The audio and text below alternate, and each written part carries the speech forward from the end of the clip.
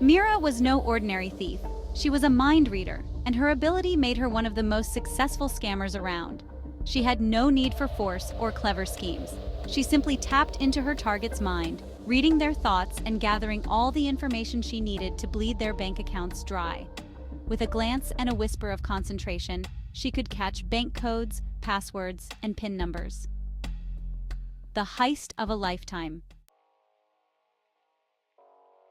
One of her most notorious marks had been a businessman on a train. Sitting across from him in the crowded compartment, she pretended to be reading a book, while in reality, she was tuning in on his thoughts. He was anxious, recalling his recent bank transaction and the digits of his account number, trying to remember if he'd locked his briefcase before boarding. Mira simply filed away each thought as he fretted, down to the last digit. Within hours, Mira was in possession of his details.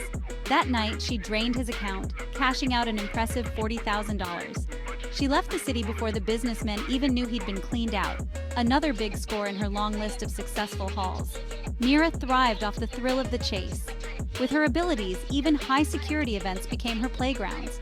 Fancy galas, auctions, and business conferences became prime heist opportunities as she zeroed in on high-profile targets, bypassing their defenses with nothing more than a keen eye and a focused mind. The mark an unusual encounter.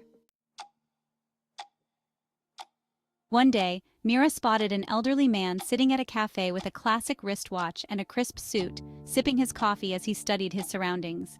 He looked wealthy enough to warrant her attention, but the odd glint in his eye hinted at a wisdom she couldn't quite read.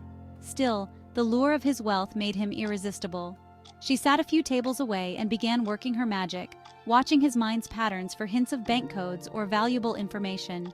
Yet, as the days went on and she cultivated a casual friendship with him, her attempts to read his thoughts became frustratingly complex. Every time she tried to zero in on useful details, his thoughts were, oddly enough, focused on chess games, poetry, and random memories.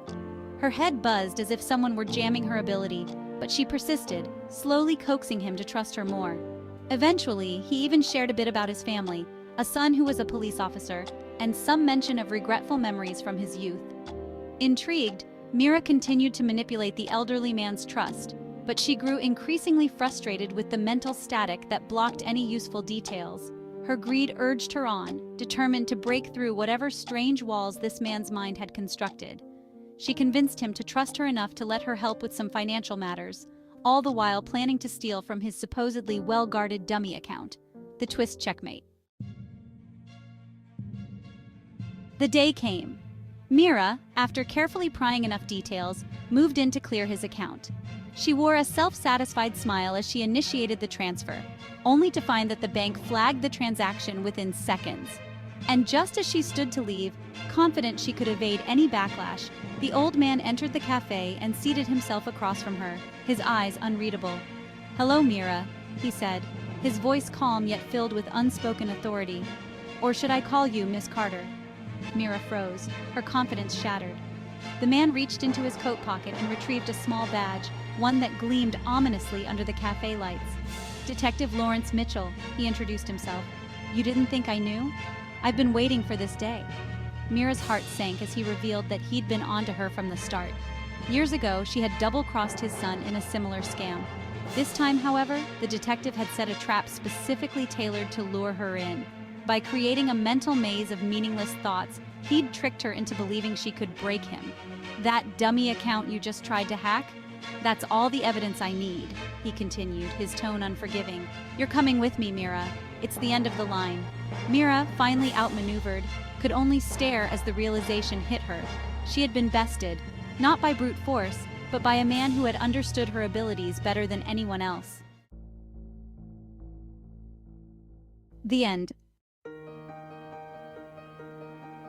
Enjoyed the journey? Discover more. If you love diving into this story, there's a whole world of tales and insights waiting for you.